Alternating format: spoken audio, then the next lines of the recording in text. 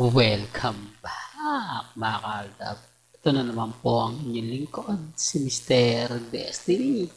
At magbibigay po tayo ng pinakamainit na update po ngayon sa social media. Ito po yung pinapaliwanag ko. Kapag may mga interview po si Alden, wala naman po talaga nangyayari. Wala naman po talagang aminan, tanungan na may magaganap at mangyayari. Kasi hindi pa po nagsisimula yung Jessica Soho, mga kaaldab.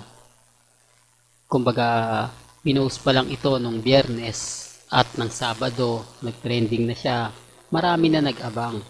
Marami ng kwento ang naglabasa na baka dito na aamin sina Alden at si Catherine kasi ito na yung huling interview sa Jessica Soho.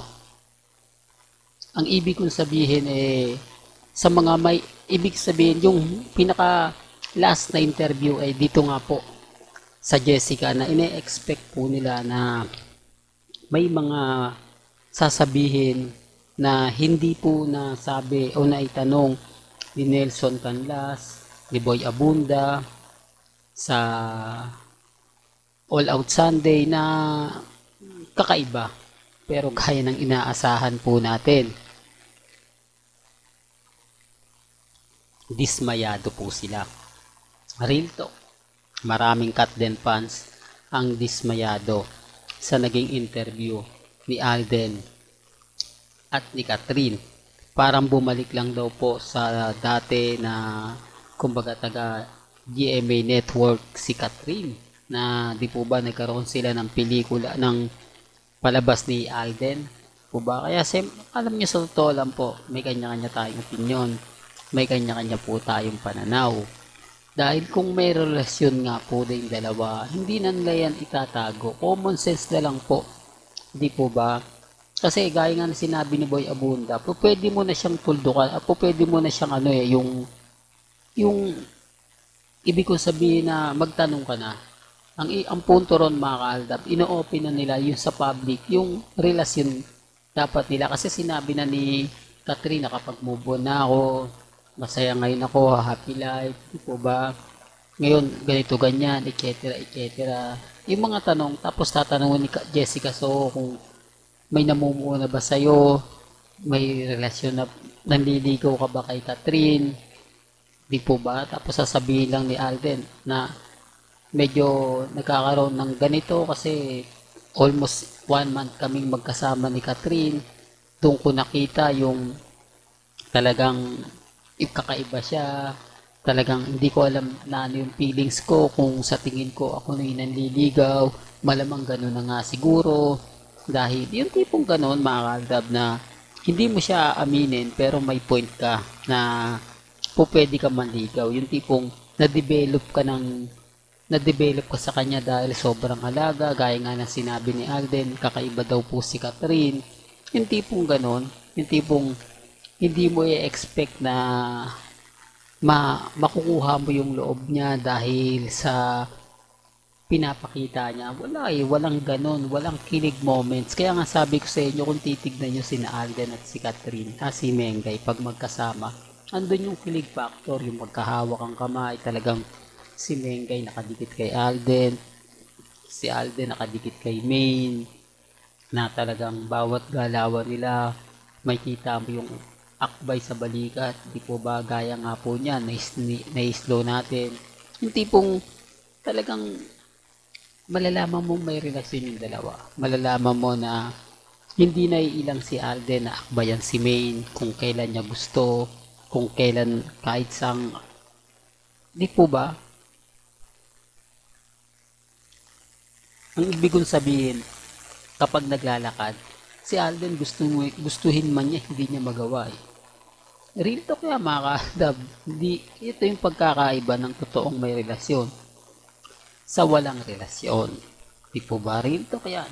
Pero bago natin ituloy itong mga kaganapan po sa katatapos lang po ng interview ni Jessica Soho kina Catherine at Alden Richards, kung bago ka lang sa channel na to at isa kang true-blooded Aldab Nation na nagmamahal kina Mengay at Soy, tama po ang channel na pinuntahan mo, kaya consider na po kitang bagong subscriber. At huwag mong kalimutang i-share ang mga video po natin sa mga mami, sa mga titas, at sa mga senior.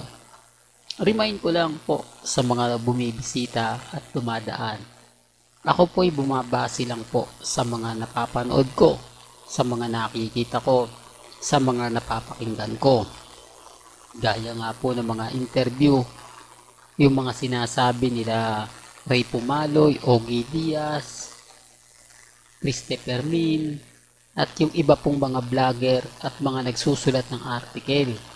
Taliwas po ito sa mga sinasabi ko dahil sinasabi nila na aldab daw po ako. Pero dapat po kasi ang maglalabas nito ang GMA Network. Ito'y malaking website. Kumbaga malaking network na malalaman ng buong mundo pag binalita. Hindi po yung article lang po na sinusulat nila na wala naman po talagang kwenta. Wala naman po doong sinabi si Alden direkta na nililigawan niya. Hindi po ba malinaw po sa sikat ng buwan na magkaibigan lang po sila? Friendship lang, di po ba? Kasi dinudugtungan po nila bakit? Normal lang yan. Katulad nga po ng mga ibang vlogger, sinasabi nilang ginagamit lang daw po. Ako, ginagamit ko lang daw po sina Alden at si Min. Paano kung gagamitin? 2015, aldab na po ako Di po ba? At taong gumagamit po ngayon, etong mga taong kung ano lang yung trending, yun lang po yung ina-update nila. Hindi sila fans nila Catherine, hindi sila fans nila Alden, pero kung sumabay sila sa Agos, talagang kumbaga tuloy-tuloy. Ito yung sinasabi nila kay Mr. Destiny na dapat Mr. Destiny umayong ka rin kung ano yung trending pinagpepiestahan, dapat doon ka na lang nakikisayaw o nakikiagos para kumbaga tuloy-tuloy. Di po kasi kung alam mo naman pong mali, di po ba, bakit mo pa itutuloy kung alam mo namang hindi siya totoo at hindi naman po siya talaga kapanipaniwala. Pero for the views, for the subscriber, gagawin mo yan para makakuha ka ng simpatya sa mga fans ng Katden. Hindi ko naman po yung ginagawa at never ko naman po yung gagawin. Isa po ito sa pinapaliwanag ko at madalas kong sinasabi. Kaya nga po lagi ako nababash dahil ako lang po talaga yung Aldab Nation na hanggang ngayon talagang nananatiling matatag, nananatiling kampante. At syempre sa mga mamis na hanggang ngayon sumusuporta po kina Alden at kay Mengay, mabuhay po kayo hanggang gusto po ninyo. Hanggang dito na lang po ang ating latest update. Hanggang sa muli, salamat po sa panonood at pakikinig.